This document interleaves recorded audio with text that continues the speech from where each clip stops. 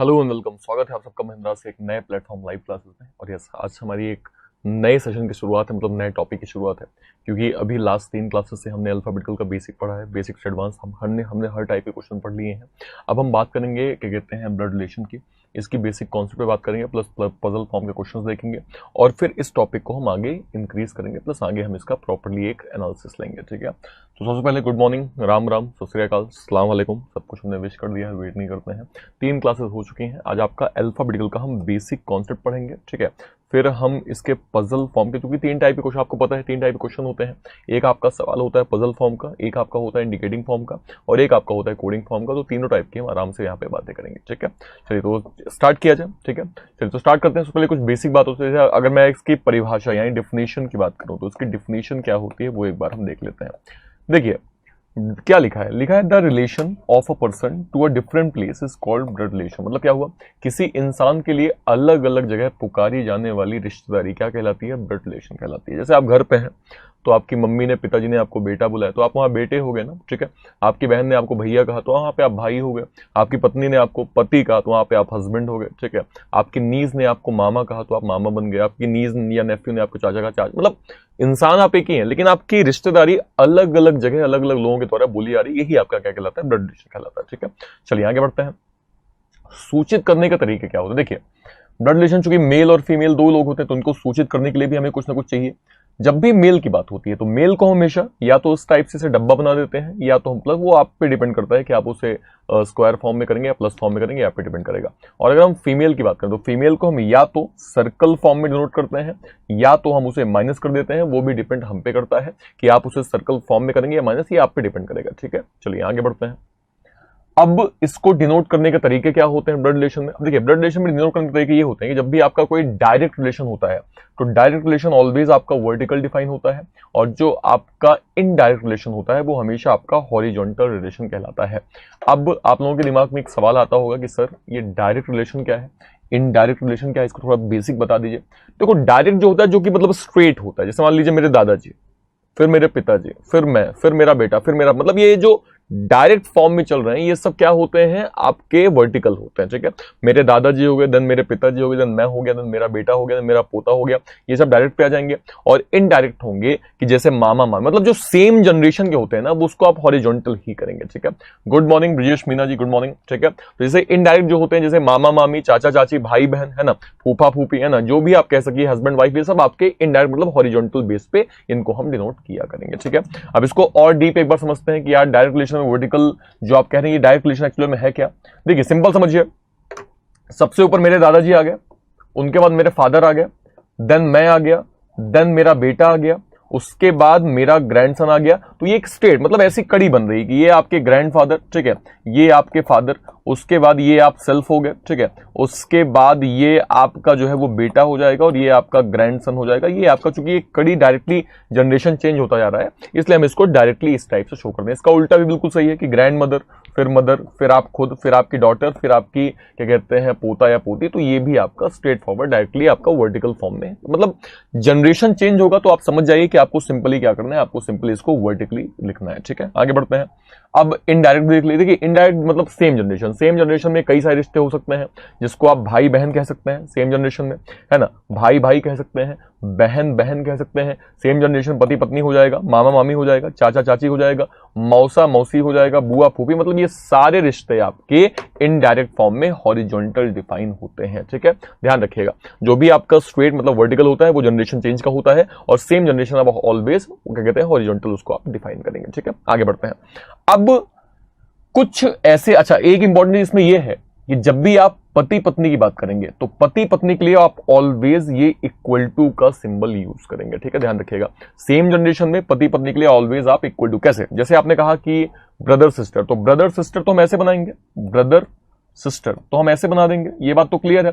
लेकिन अगर मैं कहूं हस्बैंड वाइफ, तो हस्बैंड वाइफ आप इस टाइप से बनाएंगे, ये हस्बैंड हो गया और ये इसकी वाइफ हो गई। मतलब कभी भी जब आपको कपल बनाना हो, सिंपल मैं आपको कहूं पति पत्नी मतलब कपल, जब भी आपको कोई कपल बनाना होगा तो आप कपल के लिए ऑलवेज इक्वल टू का सिंबल यूज करेंगे। कपल कुछ भी हो सकते हैं, मामा मामी हो जाएंगे, चाचा चाची हो जाएंगे, है ना, बुआ फूफा हो जाएंगे, है ना, और हस्बैंड वाइफ हो जाएंगे, फादर मदर, कुछ भी अगर कपल है तो वो ऐसे ही डिनोट होंगे। ठीक है, चलिए आगे बढ़ते हैं और कुछ बेसिक बातें करते हैं।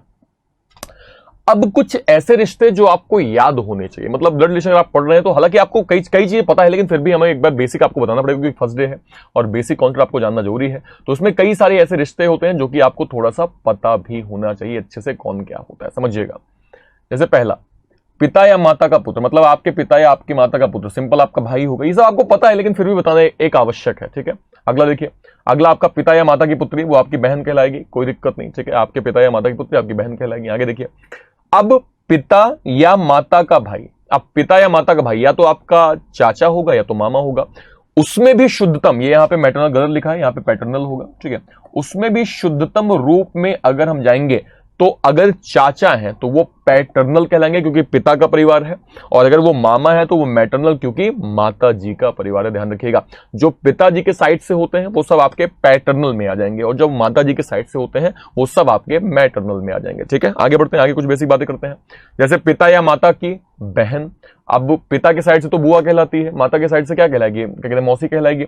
दोनों का मतलब आंट होता है, लेकिन अब देखिए यहां भी गलत, यहां पे आपका पैटर्नल हो जाएगा। लेकिन अगर वो आपकी बुआ हुई तो बुआ हुई मतलब पैटर्नल आंट होगी, और अगर आपकी मौसी हुई तो वो आपकी मैटरनल आंट कहलाएगी, ठीक है। अगला देखिए, अगला आपके पिता या माता के पिता, अब आपके पिता या माता के पिता तो भैया पिता के पिता तो आपके दादाजी कहलाएंगे, दादाजी कहलाएंगे, और माता जी के पिताजी आपके नन्ना कहलाएंगे, मतलब दोनों कंडीशन ग्रैंडफादर होगा, ठीक है। लेकिन अगर वो पिताजी के पिताजी हैं तो वो आपके कहलाएंगे शुद्धतम रूप में पैटर्नल ग्रैंडफादर, और अगर वो माता जी के पिताजी हैं तो वो शुद्धतम रूप में आपके कहलाएंगे मैटरनल ग्रैंडफादर, ठीक है। इतनी बात क्लियर हो गई ना। आगे देखिए, अगले कॉन्सेप्ट पे क्या है, पिता या माता की माता। अब आपके पिताजी की माता जी होंगी, मतलब हमारे पिताजी की माता हमारी दादी कहलाएंगी, दादी मतलब हमारी ग्रैंड मदर होंगी, और आपके माता जी की माता जी भी आपकी नानी कहलाएंगी, वो भी आपकी मतलब ग्रैंड मदर ही होंगी। लेकिन शुद्धतम रूप में पिताजी की जो माता जी हैं वो आपकी पैटर्नल ग्रैंड मदर कहलाती हैं, और माता जी की माता मतलब नानी आपकी मैटरनल ग्रैंड मदर, कंफर्म कुछ इस टाइप से वो डिनोट होती हैं। इतना क्लियर हो गया, डन हो गया। अगला सवाल देखिए, अगला क्या बोल रहा है। अब आगे कुछ और चीजें मतलब जो याद करने के लिए, पति की बहन, अब हस्बैंड की बहन क्या कहलाती है, ननद कहलाती है, और ननद को इंग्लिश में हम क्या बोलते हैं, सिस्टर इन लॉ बोलते हैं। लेकिन एक चीज ध्यान रखिएगा, इस सिस्टर इन लॉ के हिंदी में कई सारे मतलब होते हैं, ठीक है। यहां पे आप ये मत समझिए कि सिस्टर इन लॉ सिर्फ ननद होता है, इसके कई सारे मतलब हिंदी में भी होते हैं। कौन कौन से होते हैं एक बार देख लीजिए। सिस्टर इन लॉ यहां पे आपका भाभी भी सिस्टर इन लॉ ही कहलाती है, ननद भी आपकी सिस्टर इन लॉ ही कहलाएगी, ठीक है। देवरानी भी सिस्टर इन लॉ ही कहलाएगी, जेठानी भी सिस्टर इन लॉ ही कहलाएगी, साली, ये सारे रिश्ते आपके सिस्टर इन लॉ वर्ड में इंक्लूड हो जाते हैं। ध्यान रखिएगा, तो सिस्टर इन लॉ के ये सारे मतलब अगर ये कहीं दिखे तो आप इसको इंग्लिश में सिर्फ एक ही word that is sister in law से डिनोट करेंगे, ठीक है। अगला देखिए, अगला है पति का भाई। अब पति का भाई दो कंडीशन में होता है, या तो देवर होगा या तो जेठ होगा। भाई मेरे पति के भाई अगर मेरे पति से बड़े हैं तो देवर हो गए, और मेरे पति के भाई मेरे पति से छोटे हैं तो क्या हो गया, देवर हो गए। दोनों कंडीशन में आंसर क्या होगा, सिस्टर, क्या कहते हैं, ब्रदर इन लॉ होगा। अब ब्रदर इन लॉ का मतलब सिर्फ देवर नहीं होता, सिर्फ जेठ नहीं होता, ब्रदर इन लॉ के भी कई सारे हिंदी में मतलब होते हैं, जैसे देवर हो गया, जेठ हो गया, साला हो गया, बहनोई हो गया, नंदोई हो गया। ये सारे हिंदी के वर्ड अंग्रेजी में एक ही तरह से परिभाषित होते हैं और जिसको हम ब्रदर इन लॉ बोलते हैं, ठीक है। अगला देखो, अगला है आपका भाई या बहन का बेटा। अब आपके भाई का बेटा या आपकी बहन का बेटा आपका भतीजा कहलाएगा या भांजा। भाई आपके भाई का बेटा तो आपका भांजा भतीजा कहलाएगा, बहन का बेटा भांजा कहलाएगा। दोनों कंडीशन पे आपके आंसर क्या होंगे, नेफ्यू, इंग्लिश में आपका नेफ्यू हो जाएगा, ठीक है। अगला देखिए, नेक्स्ट आपकी भाई या बहन की बेटी है। अब भाई या बहन की बेटी, अगर भाई की बेटी है तो भतीजी कहलाएगी, बहन की बेटी तो भांजी कहलाएगी। दोनों ही कंडीशन में आंसर आपका क्या आएगा, तो ऐसा आंसर आपका कंफर्म नीज हो जाएगा, पक्का नीज हो जाएगा, ठीक है। अगला देखिए, नेक्स्ट क्या है, नेक्स्ट आपका है बेटे की पत्नी। अब देखो बेटे, मेरे खुद के बेटे की पत्नी, अब मेरे बेटे की पत्नी मेरी बहू कहलाएगी, और बहू को एक ही वर्ड से that is daughter in law is the right option. Daughter in law जो है वो कंफर्म इसका सही जवाब हो जाएगा। आई होप सो आपको ये क्लियर हुआ होगा। क्लियर हो गया, डन हो गया। अगला सवाल आपके सामने ये रहा, बेटी का पति। अब बेटी का पति कहलाएंगे दामाद जी, ठीक है, मतलब दामाद जी कहलाएंगे, और दामाद जी को हम इंग्लिश में बोलते हैं सन इन लॉ। क्या बोलेंगे, सन इन लॉ बोलेंगे, ठीक है। आगे देखते हैं। अब ये तो आपके बेसिक रिश्ते हो गए। अब सवाल के पूछने का तरीका क्या क्या होता है। सवाल के पूछने का तरीका अगर मैं देखूंगा तो उसमें 3 टाइप के आपके सवाल पूछते हैं। पहला आपका पूछा जाता है पजल फॉर्म में, ठीक है, जो कि आपको दिख रहा है, जिस पे आज हम बात करेंगे। सेकंड आपको पूछा जा रहा है इंडिकेटिंग फॉर्म में, जिससे हम नेक्स्ट क्लास में बात करेंगे। और उसके बाद थर्ड आपका पूछा जाता है कोडिंग फॉर्म में, जिसपे भी हम नेक्स्ट क्लास में हम बात करेंगे, ठीक है। तो आज हम स्टार्ट करेंगे पजल फॉर्म पे। आज हम प्रॉपर्ली पजल फॉर्म पे बात करेंगे। बेसिक कॉन्सेप्ट हमने पढ़ लिया है, प्रॉपर्ली हम पजल पे फोकस करेंगे, ठीक है। तो जैसा कि मैं एक बार स्टार्टर कमेंट लेता हूं कि भैया जल्दी से एक बार कमेंट कर दीजिए, स्टार्ट किया जाए। जल्दी से एक बार स्टार्ट या रेडी वाला कमेंट करें, हाँ सर स्टार्ट किया जाए। और आज हम गहराइयों से, बिल्कुल डेप्थ की गहराइयों से, बेसिक से ब्लड रिलेशन को स्टार्ट करेंगे और हाई लेवल तक के क्वेश्चंस पे हम मतलब वो लेवल तक पहुंचेंगे जो क्लर्क हमसे पूछ सकता है, या जितनी एक्सपेक्टेशन हो सकती है कि हाँ ये क्लर्क में आ सकता है। या क्योंकि देखिए पजल फॉर्म, इंडिकेटिंग फॉर्म या कोडिंग फॉर्म, तीनों में से ही कहीं ना कहीं सवाल कुछ ना कुछ पूछ के लेगा, ठीक है। मोस्टली वैसे पूछता है पजल फॉर्म से ही, लेकिन एग्जामिनर का कोई भरोसा नहीं, क्योंकि ये स्कूल कॉलेज का पेपर नहीं है, क्या कहते हैं कंपटीशन का पेपर है। यहाँ पे आपको सबका बेसिक होना जरूरी है, क्योंकि वो हर तरह से सवाल आपसे पूछ सकता है, ठीक है। चलिए तो स्टार्ट किया जाए। ओके चलिए, कई लोगों के कमेंट्स आने स्टार्ट हो गए। चलिए तो फिर आज के सेशन का पहला क्वेश्चन आपके सामने ये रहा। चलिए तो आपके सामने एक क्वेश्चन है, जिन लोगों ने पहली बार जो कर रहे हैं, ठीक है, उनके लिए भी, और जो किए हुए उनके दोनों के लिए सवाल है। आराम से करिए, इसको करके बताइए इसका आंसर क्या होगा, फिर मैं इसको समझाता हूं डिटेल कि इसका आंसर क्या आएगा, ठीक है। पहले आप करिए, एक बार ट्राई करिए आप, जितना बेसिक कॉन्सेप्ट, बेसिक ओवरव्यू हमने दिया उस हिसाब से इसका आंसर बताइए क्या होगा। चलिए, good morning Yogesh Kumar, Divya Dwivedi ji, Raju Tiwari and Brijendra Kushwaha ji, Brijesh Meena ji, ठीक है। चलिए बताइए इसका आंसर क्या आएगा।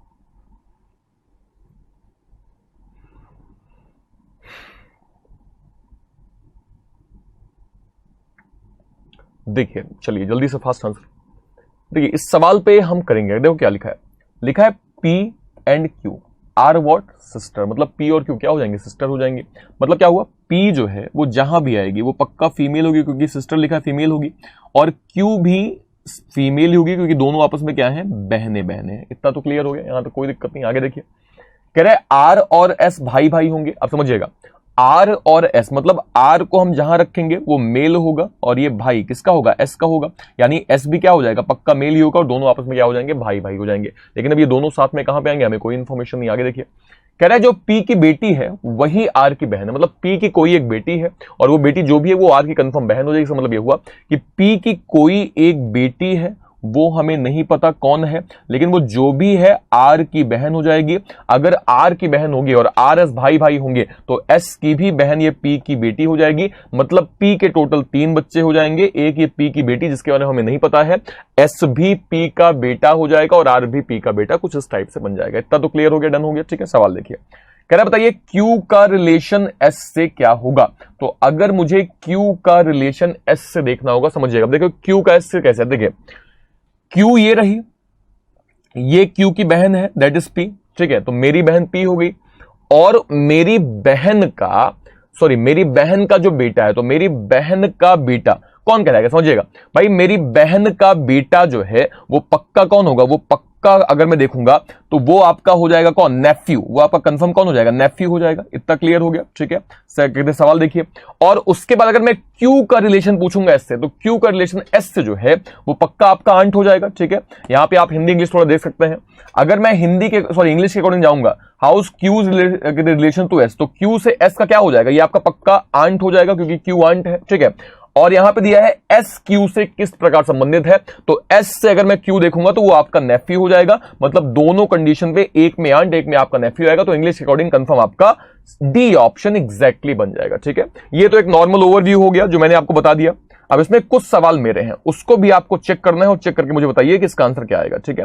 जैसे पहला सवाल अगर मैं आपसे करूं, तो पहला सवाल मैंने आपसे ये पूछा कि बताइए how R related to Q, R का रिलेशन क्यू से क्या है, पहला बताइए। सेकंड बताइए, सेकंड मैंने आपसे कहा how S related to P, इसका बताइए क्या होगा। थर्ड मैंने आपसे कहा how Q related to S sister. और एक और मान लीजिए, एक और मैंने कहा if A is sister of R then how A related to Q, बताइए इसका आंसर क्या होगा। ये मैंने आपसे टोटल कितने 4 क्वेश्चन मैंने आपसे पूछे हैं, 4 क्वेश्चन मैंने आपसे पूछे हैं, चारों के मुझे आंसर बताइए कि इन चारों का आंसर एग्जैक्टली क्या बनेगा, ठीक है। डायग्राम आपका बिल्कुल सेम है, और मुझे आंसर बताइए चारों का एग्जैक्टली क्या बनेगा, जल्दी से फास्ट आंसर। आराम से चेक करें और चेक करके जितने भी लोग हैं यहाँ पे, जितने भी लोग हैं, सब लोग लाइन लाइन कमेंट करें और कमेंट करके बताइए इसका आंसर एग्जैक्टली क्या बनेगा जल्दी से।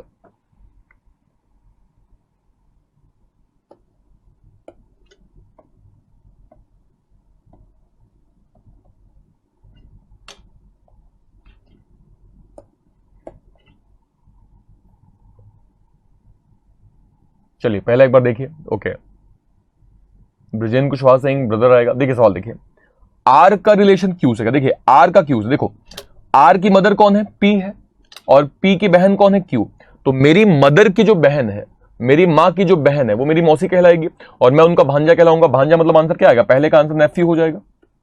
पहले का आंसर पक्का नेफ्यू हो जाएगा। ये बात क्लियर हो गई, पहला कंफर्म नेफ्यू हो गया। सेकंड देखिए, सेकंड आपका क्या आ रहा है, सेकंड है आपका एस से पी। अब देखो एस से पी, तो एस से पी, तो यार एस तो पी का डायरेक्टली बेटा ही है, तो एस जो है वो पी का कंफर्म सन हो जाएगा। सेकंड वाले में कोई दिक्कत नहीं, confirm son is the right option, son exactly सही जवाब हो जाएगा। ठीक है, अगला देखिए, अगला क्या बोल रहा है, कह रहा है क्यू का रिलेशन एस की बहन से क्या होगा। समझिएगा, क्यू का रिलेशन एस की बहन से। देखिए क्यू जो है उसकी बहन कौन है, पी है, पी का बेटा कौन है, एस है, तो क्यू की बहन पी, पी का बेटा एस, यानी एस जो है वो क्यू का क्या हो जाएगा, भांजा हो जाएगा।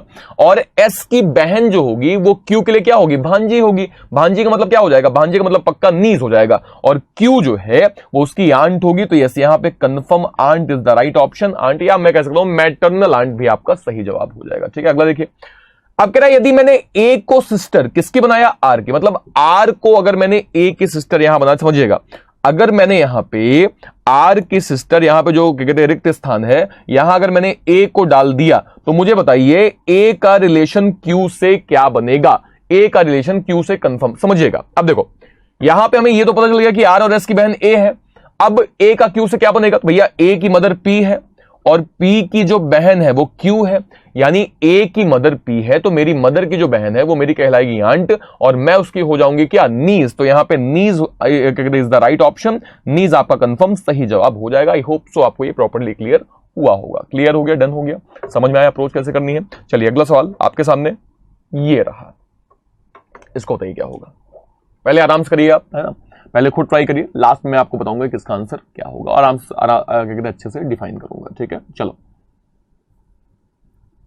बताइए। टिपिकल नहीं है, थोड़ा सा अगर आप मेहनत करेंगे तो आपको ऐसे दिक्कत नहीं होगी।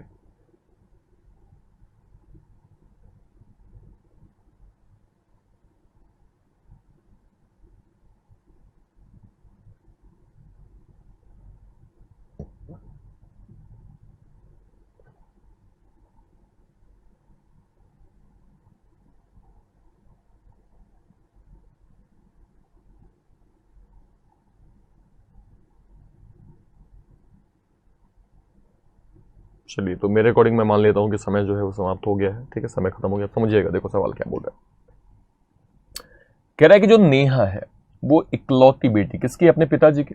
यानी नेहा अपने, सर क्वेश्चन कैसे पूछा जाता है प्लीज यही समझ। क्वेश्चन बेटा कुछ भी पूछ सकता है, जैसे यहां पे सवाल दिया है ना कि राजीव का रिलेशन नेहा से क्या है, ये सवाल पूछा, जो मैं एक्स्ट्रा सवाल देता हूं वो भी पूछ सकता है। क्वेश्चन बस आपका डायग्राम, ध्यान रखिए, ब्लड रिलेशन में आपका डायग्राम बन जाएगा, तो आप हर एक टाइप के सवाल को इजीएस्ट वे में सॉल्व करें। बस आपका डायग्राम बनना क्लियर है, उतना क्लियर हो जाएगा तो आप किसी भी सवालों को बहुत आसानी से जवाब दे सकते हैं। ठीक है, सवाल देखिए, कह रहे हैं नेहा अपने पिताजी की इकलौती बेटी। इसका मतलब क्या हुआ कि नेहा जहां भी आएगी सबसे पहले फीमेल होगी, और वो अपने पिताजी की, इसके कोई पिताजी हैं कौन है नहीं पता, अपने पिताजी की इकलौती बेटी हो जाएगी। इतना क्लियर हो गया। आगे देखिए, और इसके जो पिता है ना वो ससुर है प्रणव के भाई के। अब इसके पिता अगर प्रणव के भाई के ससुर, इसका मतलब क्या हुआ भाई, इसके पिता की इकलौती बेटी खुद नेहा है, और इसके पिताजी अगर ससुर है प्रणव के भाई, इसका मतलब ये हुआ कि नेहा के जो हस्बैंड है ना वो कोई और नहीं, वही प्रणव के कंफर्म भाई हो जाएंगे। फिर एक बार समझिए भाई, नेहा इकलौती बेटी अपने पिताजी की है, और उसके पिताजी अगर ससुर होंगे प्रणव के भाई के, मतलब उसके जो प्रणव का भाई है वो कोई और नहीं, नेहा का हस्बैंड हो जाएगा। ठीक है, तब जाके नेहा के पति प्रणव के भाई के ससुर कहलाएंगे। क्लियर हो गया, डन हो गया। अगला देखिए, प्रणव जो है वो राजीव का नेफ्यू है। अब राजीव का नेफ्यू प्रणव है, नेफ्यू मतलब क्या होता है, भतीजा या भांजा। तो अगर प्रणव राजीव का नेफ्यू, इसका मतलब क्या हुआ, इसका मतलब ये हुआ कि इसके पिताजी का कोई एक भाई होगा या बहन जो भी है राजीव, तो राजीव का अगर नेफ्यू होगा कौन, प्रणव, तो प्रणव पक्का मेल हो जाएगा और इसके पिताजी के भाई साहब पक्का राजीव हो जाएंगे, राजीव ऐसे बन जाएगा। ठीक है, एक बात ध्यान रखिएगा, कभी भी आप नाम से जज नहीं करेंगे कौन मेल है कौन फीमेल है, कभी भी आप नाम से जज नहीं कर सकते, इस चीज को हमेशा ध्यान रखिएगा। ठीक है, तो नेहा के पिता के भाई राजीव, पिता या क्या कहते हैं बहन के, सॉरी पिता या बहन कौन, राजीव हो जाएगा। और राजीव जो है, अगर राजीव के नेफ्यू अगर प्रणव है तो ये कंडीशन क्या यहां पे सेटिस्फाई हो रही, क्या ये कंडीशन यहां पे सेटिस्फाई हो रही क्या?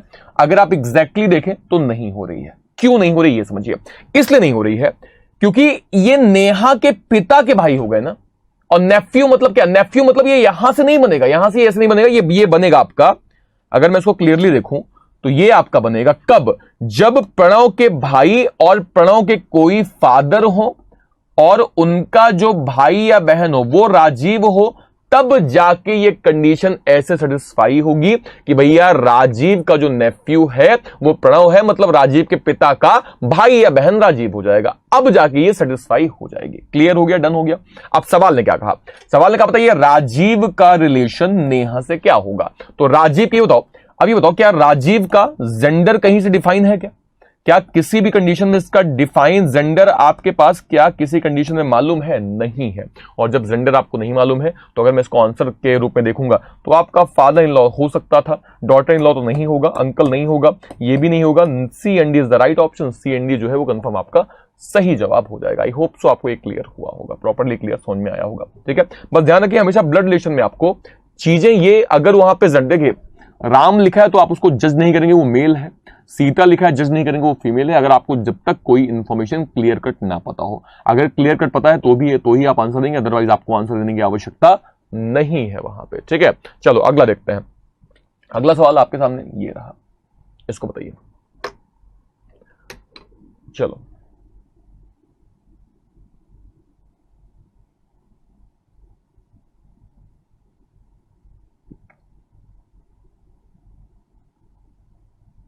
बस आपका डायग्राम क्लियर हो जाए तो आप इस टाइप के आंसर्स को इजीएस्ट वे में निकाल लेंगे। बस आपका डायग्राम क्लियर होना जरूरी है। ठीक है, चलो फास्ट आंसर।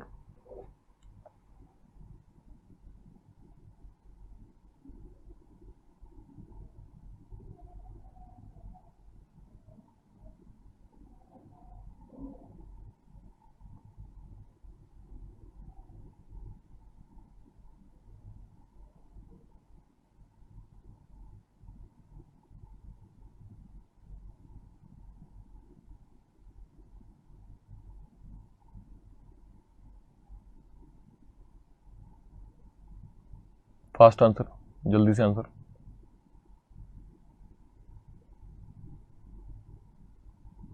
चलिए तो एक बार आप सवाल देखिए, सवाल देखिए। कह रहा है ई जो है वो सन किसका होगा? ए का, मतलब ई को आप जहां भी रखेंगे ई पक्का मेल होगा और ये बेटा किसका हो जाएगा? ए का हो जाएगा। अभी हमें ए के रिगार्डिंग कोई इन्फॉर्मेशन नहीं कि ए उसके फादर है या मदर है, कोई इन्फॉर्मेशन नहीं। आगे देखिए कह रहा है डी जो है वो बेटा किसका है? बी का, मतलब डी को हम कहीं भी रखेंगे ये मेल हो जाएगा और मेल होकर ये बेटा किसका? बी का हो जाएगा। अभी हमें कोई इन्फॉर्मेशन नहीं कि बी का जेंडर क्या है ना, कोई भी इन्फॉर्मेशन, सॉरी कि बी उसके फादर है मदर, कोई इन्फॉर्मेशन। आगे देखिए कह रहा है ई की शादी सी से हुई है। अब एक चीज समझिए, अगर ई की शादी सी से हुई तो हमें ये तो पता है कि शादी जब होती है तो एक मेल होता है एक फीमेल होता है। अब यहाँ पे ई अगर मेल है तो बाय डिफॉल्ट सी तो हमें फीमेल ही एज्यूम करना पड़ेगा, इसके रिगार्डिंग और कोई इन्फॉर्मेशन तो है नहीं, तो सी तो बाय डिफॉल्ट कंफर्म फीमेल ही होगी क्योंकि और कुछ भी नहीं हो सकता। आगे देखिए फिर कह रहा है सी जो है वो बी की बेटी है, तो बी की बेटी कौन हो जाएगी? सी हो जाएगी, यानी बी की बेटी कंफर्म सी बनेगी। तो इस टाइप से आपका बी का बेटा ऑलरेडी डी था और बी की बेटी अब सी भी बन जाएगी। ठीक है, सवाल ने क्या कहा? सवाल ने कहा बताइए डी का रिलेशन ई से क्या होगा? समझिएगा, अब डी ये रहा, ई ये रहा, ये डी की बहन का पति है। ठीक है, डी की बहन का पति है और मेरी बहन के जो पति होते हैं वो मेरे जीजा जी कहलाते हैं। और मेरे बहन के पति अगर जीजा जी कहलाएंगे इसका मतलब जीजा जी ब्रदर इन लॉ होता है। और साल हमने पढ़ा अभी जस्ट अभी पढ़ा है कि जीजा जी भी ब्रदर इन लॉ कहलाते हैं और साले साहब भी ब्रदर इन लॉ ही कहलाएंगे। यानी आपका आंसर फर्स्ट नहीं होगा, सेकंड नहीं होगा, थर्ड नहीं होगा, फिफ्थ नहीं होगा, fourth one is the right option. Fourth one जो है कंफर्म आपका सही जवाब हो जाएगा। आई होप सो आपको ये क्लियर हुआ होगा। क्लियर हो गया, डन हो गया। अब कुछ सवाल मेरे इसमें, एक आध सवाल इसमें मेरे हैं। ठीक है, अब उसको आपको बताना है कैसे। देखिए जैसे पहला सवाल आपका how C related to A, पहला सवाल। दूसरा how E related to B, दूसरा सवाल। तीसरा देखिए, तीसरा है हाउ नहीं, यहां पे एक कंडीशनल सवाल दे देते हैं आपको कि इफ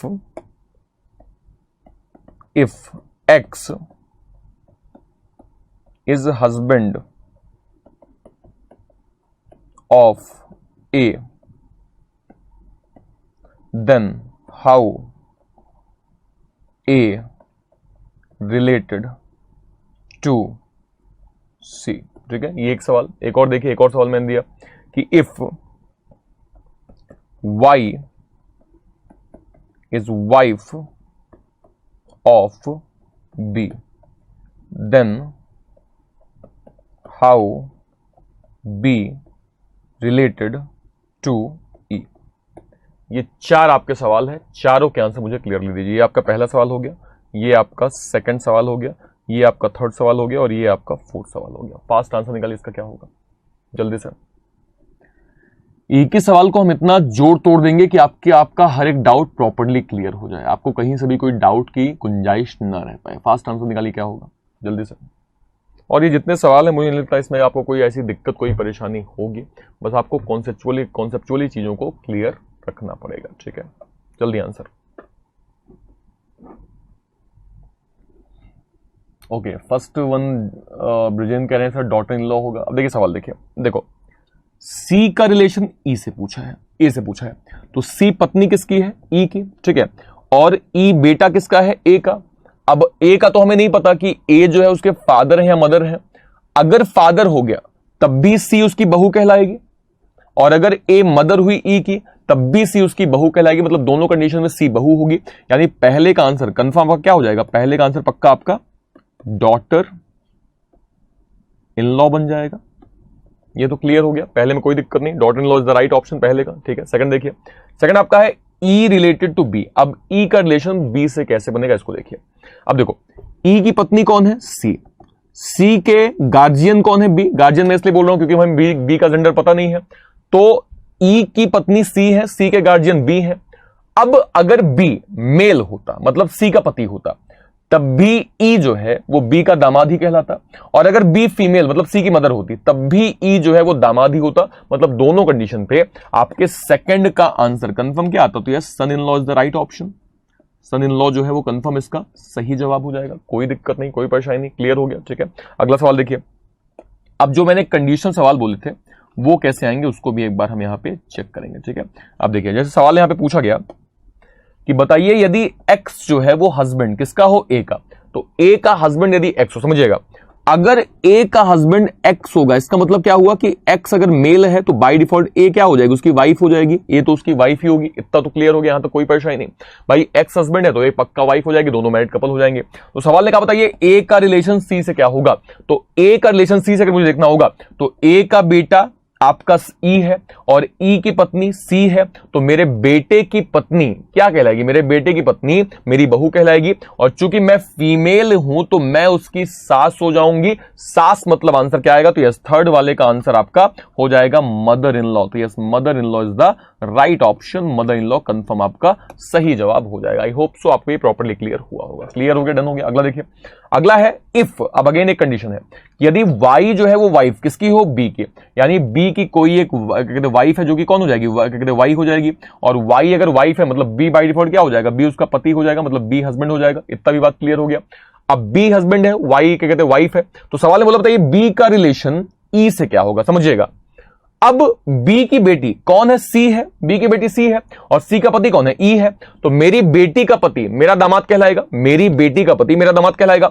और अगर मेरा जेंडर यहां पे बी अगर पक्का मेल होगा तो यह बात कंफर्म है कि बी जो है वो ई के लिए पक्का यहां पे फादर इन लॉ कहलाएंगे। तो yes father in law is the right option. Father in law जो है वो कंफर्म इसका सही जवाब। आई होप सो आपको ये प्रॉपर्ली क्लियर हुआ होगा। क्लियर हो गया, डन हो गया, समझ। तो इस टाइप से अगर देखिए एक क्वेश्चन आपके जो ये क्वेश्चन ने पूछा, चार मेरे, ऐसे कर करके आपका कॉन्सेप्ट जो है वो प्रॉपर्ली मैं क्लियर करवा के ही मानूंगा। ठीक है, चलो अगला सवाल आपके सामने ये रहा। अब इसको करिए, आराम से करिएगा। ठीक है, आराम से करिएगा, पहले आप करिए फिर मैं करता हूं। ठीक है, चलिए जल्दी से आंसर।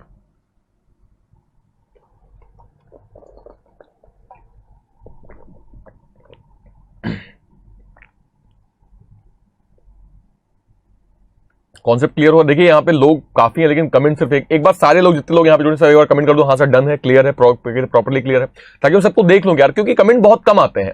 आप लोग अगर प्रॉपर्ली बैठे रहे तो आराम से अपने कुर्सी में, अपने टेबल पे, चेयर में, बस सर जो पढ़ा रहे हैं बस उसको पढ़ेंगे, प्रॉपर्ली समझेंगे, बस अपने निकालेंगे आंसर। कमेंट नहीं करते हो, एक बार फटाक से कमेंट करो जैसे जितने लोग हैं कि सर डन हो गया, बढ़िया हो गया, मस्त हो गया, सर मजा आ रहा है, अगला सवाल हम कर रहे हैं, ऐसा एक बार लिख दो तो मैं भी सेटिस्फाई, हाँ बच्चे हैं, सो नहीं रहे बच्चे हैं। चलो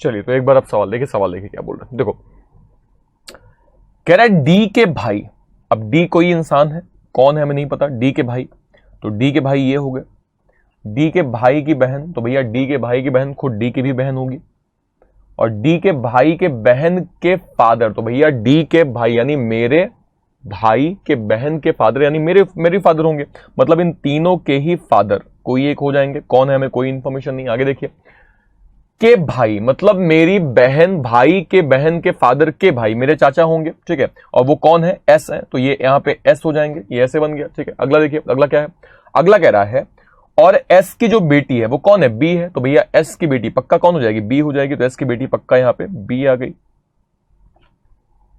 क्लियर, ठीक है। अब सवाल देखिए, कह रहा है बताइए डी का रिलेशन बी से क्या होगा। अब देखिए डी का रिलेशन बी से क्या होगा, समझिएगा। अब देखो डी का यहां पे जेंडर तो हमें कोई इंफॉर्मेशन है नहीं, अगर मैं नॉर्मली देखूं तो भाई डी के रिगार्डिंग दो ही इंफॉर्मेशन, या तो ये मेल होगा या तो पक्का क्या होगा, फीमेल होगा, ठीक है। अब डी और बी क्या रिश्ता है इनका, ये अपने पिताजी के क्या कहते बेटे हैं, वो अपनी क्या कहते पिताजी की बेटी हैं, मतलब चाचा के जब बेटे तो कजन कहलाते हैं। तो यहां पे जेंडर से कोई मतलब नहीं, अगर कजन ऑप्शन होगा तो हम सीएनडी नहीं कर सकते क्योंकि फिर कजन ही होगा। भाई अगर मैं मेल हूं तो भी उसका कजन कहलाऊंगा, फीमेल हूं तो भी, तो इसमें मेल फीमेल का कोई फर्क नहीं पड़ेगा। इसका मतलब ये हुआ इसका आंसर फर्स्ट नहीं होगा, सेकंड नहीं होगा, थर्ड नहीं होगा, फिफ्थ वन नहीं होगा, fourth one is the right option. Fourth one जो है वो कंफर्म इसका सही जवाब हो जाएगा। आई होप सो आपको ये प्रॉपर्ली क्लियर हुआ होगा, ठीक है। अब देखिए इसमें एक आध सवाल मेरे हैं जो कि जिसका आंसर आपको निकालना है। अब देखिए कैसे, मैंने आपसे सवाल किया, मान लीजिए कि बताइए how B related to D's father, पहला सवाल, ठीक है। सेकंड सवाल,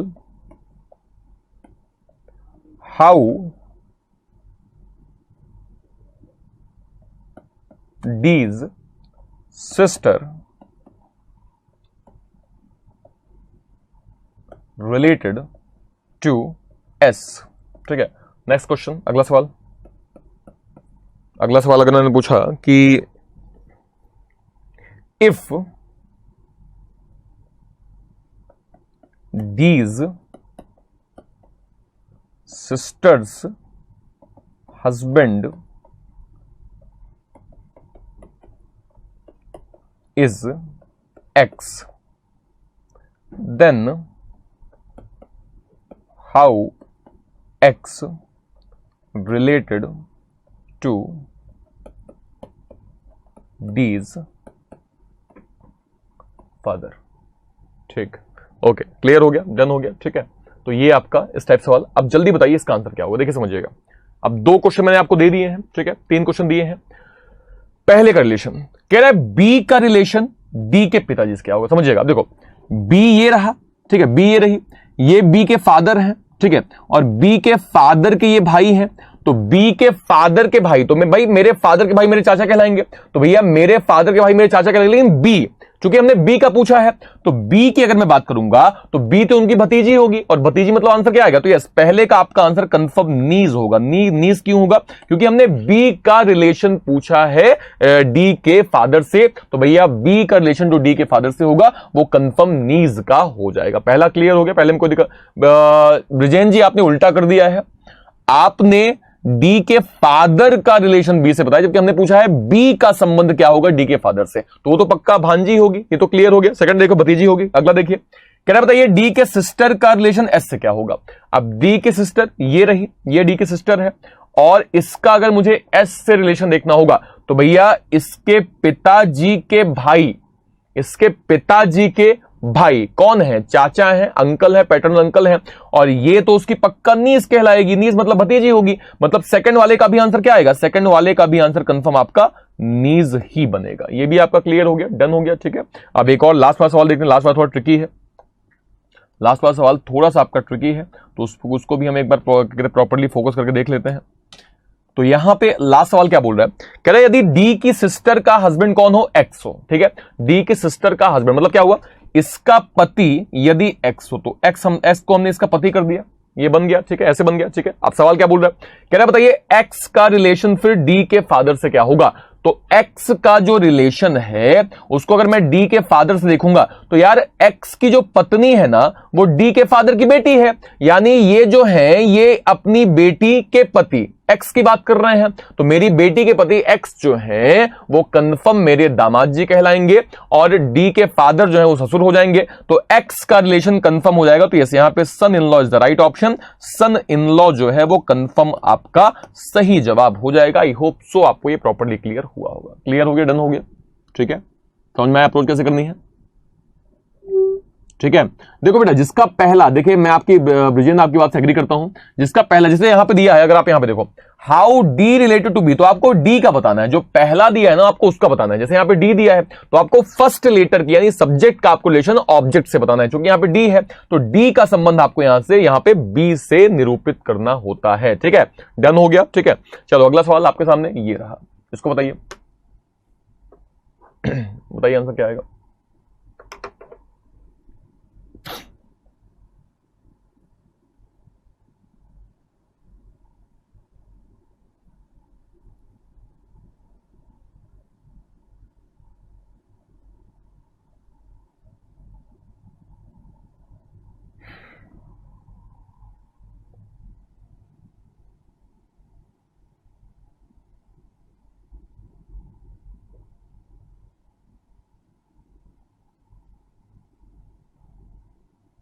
हो गया, क्लियर हो गया, हमारी बारी आई, हम अब करें। चलिए तो अब हम करते हैं एक बार। देखो क्या बोल रहा है, कह रहा है बताइए डी जो है वो दामाद किसका है, बी का। सन इन लॉ मतलब दामाद ही होता है, तो डी अगर दामाद होगा इसका मतलब क्या होगा कि डी जो है वो पक्का मेल होगा, ठीक है। इसकी कंफर्म कोई एक पत्नी होगी, और पत्नी के जो फादर या मदर है वो पक्का बी हो जाएंगे, तभी डी जो है वो दामाद किसका होगा, बी का होगा। भाई दामाद, मैं अगर दामाद हूं तो मतलब क्या, मैं किसकी बात कर रहा हूं, अपनी पत्नी के पिता या माता की, उनके लिए मैं दामाद कहलाऊंगा। इतना क्लियर हो गया। आगे देखिए, D has a single daughter child C, मतलब डी की इकलौती एक कोई बेटी जिसका नाम सी है, तो डी की इकलौती की कोई बेटी है और जिसका नाम यहाँ पे सी हो जाएगा, तो सी कंफर्म इस टाइप से यहाँ पे बन गया। ये भी क्लियर हो गया, ठीक है। आगे देखिए, कह रहा है बताइए सी का रिलेशन बी से क्या होगा। तो यार अगर मुझे सी का रिलेशन सिंपली बी से देखना होगा तो बी से सी तो मुझे नहीं पता, लेकिन सी से बी जो है वो कंफर्म आपका डॉटर ही बनेगा। तो yes, daughter is the right option, first option जो है वो कंफर्म आपका सही जवाब हो जाएगा। आई होप सो आपको ये प्रॉपर्ली क्लियर हुआ होगा। क्लियर हो गया, डन हो गया। अब इससे रिलेटेड मेरा एक सवाल है। सवाल ये है, देखिए पूरा मिट गया। सवाल ये है कि अगर मैं, एक मिनट, देखिए यहां पे बी था, यहाँ पे बी की बेटी सी थी, और यहाँ पे सी का जो हस्बैंड था वो कौन था, डी था। ये इस टाइप से बन गया था। पहला क्वेश्चन मेरा ये है कि how if E is the son of D, sorry B, sorry D, then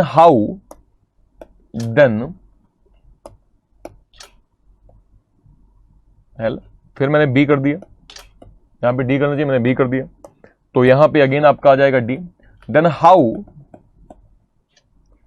E related to B, ये पहला सवाल आपका।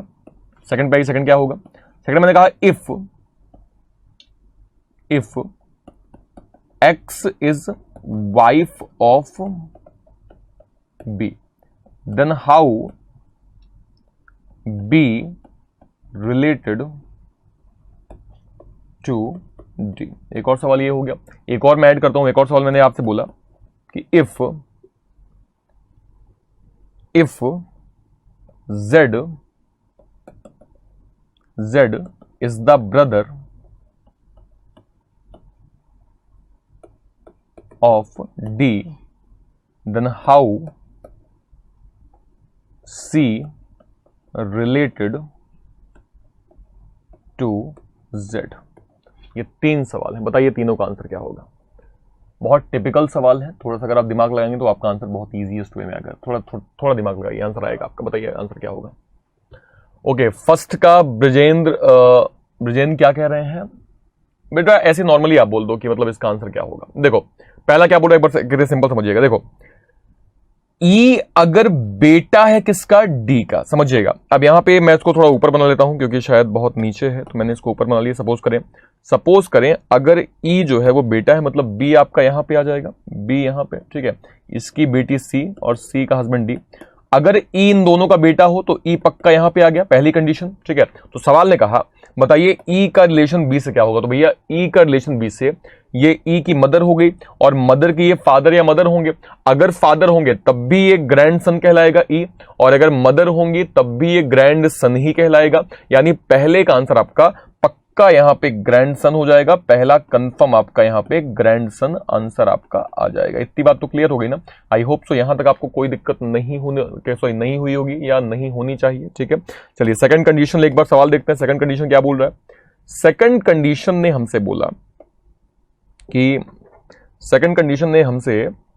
हाँ, इसने कहा यदि एक्स जो है वो वाइफ किसकी हो, बी की, यानी यदि बी की वाइफ कौन हो, एक्स हो, मतलब एक्स फीमेल हो जाएगी, यानी बी क्या हो जाएगा, बी उसका हस्बैंड हो जाएगा। इतना तो क्लियर हो गया भाई, एक्स अगर फीमेल होगी तो बी पक्का हस्बैंड हो जाएगा। तो कह रहे बताइए बी का रिलेशन डी से क्या होगा। अब बी का डी से, तो यार बी तो पक्का मेल है और बी की बेटी सी है और सी का पति डी है, यानी मेरी बेटी का जो पति है, जो मेरी बेटी का पति है, वो मेरे कहलाएंगे दामाद जी और हम उनके हो जाएंगे ससुर जी। इसका मतलब ये हुआ अगर मुझे बी का जेंडर क्लियरली पता है तो मैं सेकंड का आंसर देके बोल सकता हूं कि भैया बी का जो आंसर है वो आपका father in law is the right option. Father in law जो है वो कंफर्म आपका सही जवाब हो जाएगा। आई होप सो आपको ये प्रॉपर्ली क्लियर हुआ होगा। क्लियर हो गया, डन हो गया, समझ में आया अप्रोच कैसे करनी है। अगला देखिए, अब थर्ड एक बार कंडीशन बेस्ड सवाल हम देख लेते हैं। तो थर्ड वाले पे हमसे क्या बोला गया है, ये जो कि कंडीशन था इसलिए हमने इसको हम इसको मिटा रहे हैं क्योंकि कंडीशन ही होती है, ठीक है। अब लास्ट सवाल क्या बोल रहा है, कह रहा है यदि Z ब्रदर किसका हो, डी का, यदि डी का ब्रदर कौन हो, Z हो, तो Z यहां पे हमने मेल कर दिया। यदि डी का ब्रदर Z होगा तो सवाल ने बोला बताइए C का रिलेशन Z से क्या होगा। अगर डी का भाई Z है, ठीक है, तो C के पति D है और D का भाई Z है, तो Z जो है वो C के लिए या तो देवर होगा या तो जेठ होगा। दोनों कंडीशन में Z क्या कहलाएंगे, ब्रदर इन लॉ कहलाएंगे। लेकिन अगर मैं C को देखूंगा तो ये दोनों कंडीशन में भाभी कहलाएगी और भाभी मतलब आंसर क्या हो जाएगा, तो यहां पे sister in law is the right option. Sister in law जो है वो कंफर्म इसका सही जवाब हो जाएगा। आई होप सो आपको ये प्रॉपर्ली क्लियर हुआ होगा। क्लियर हो गया, डन हो गया, ठीक है। देखिए ब्रिजेंद्र जी, अगर आपको बफरिंग लग रहा है तो बफरिंग बेटा आपके मोबाइल या लैपटॉप का इश्यूज है, उसका जो रिजोल्यूशन है उसको आप अपने अकॉर्डिंग सेट कर लीजिए, आपको चीजें बेहतर फिर से हो जाएंगी, ठीक है, या बेहतर दिख जाएंगे। अगला सवाल आपके सामने ये रहा, इसको बताइए, आराम से बताइए क्या होगा।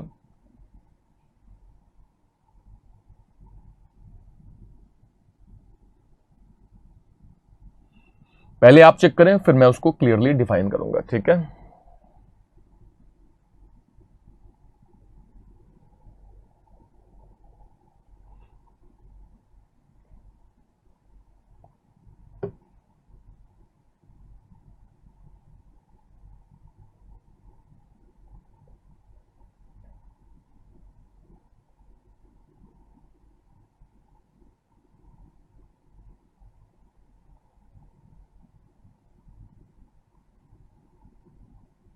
चलिए, तो यहाँ पे मेरे अकॉर्डिंग समय जो है समाप्त हो गया है, ठीक है। आप लोग शायद कर ही लिए, लेकिन मेरे अकॉर्डिंग समय अब एक बार मैं करता हूँ। देखिए कह रहा है जो पी के फादर हैं वही क्यू का बेटा है, जो पी के पिताजी हैं सेम वही क्यू के बेटे हैं। तो यार पी के जो पिताजी हैं, पी के जो पिताजी हैं वो सेम क्यू के बेटे हैं, तो क्यू जो है वो पक्का यहां पे आएगा, ठीक है। मतलब पी के फादर और क्यू के बेटे दोनों सेम है, मतलब क्यू जो है अगर मेल हुआ तो पी का ग्रैंड फादर हो जाएगा, है ना, फीमेल हुआ तो ग्रैंड मदर हो जाएगा। सेम पी अगर मेल है तो ग्रैंड सन हो जाएगा क्यू का, फीमेल है तो ग्रैंड डॉटर हो जाएगी। आगे देखिए, M is a paternal uncle of P. तो पी के अंकल पैटर्नल मतलब चाचा है ना, अगर कौन है, एम है, इसका मतलब ये हुआ कि इसके पिताजी के जो भाई हैं वो 101% यहां पे एम हो जाएंगे। तो एम जो है वो पैतृक अंकल किसके हो जाएंगे, पी के हो जाएंगे। और एन जो है वो भाई किसका हो जाएगा, क्यू का हो जाएगा। मतलब क्यू के जो भाई हैं वो पक्का कौन हो जाएंगे, यहां पे एन हो जाएंगे। इतनी बात तो क्लियर हो गई, ये बात आपको समझ में आ गई, ठीक है। अब सवाल ने क्या बोला, सवाल ने कहा बताइए एन का रिलेशन पी से क्या होगा। तो ये बताओ, एन तो आपको कंफर्म क्या दिख रहा है, मेल दिख रहा है, और ये पी के फादर के भाई हैं। तो आपके दादाजी के जो भाई हैं वो क्या कहलाएंगे, वो आपके दादाजी कहलाएंगे।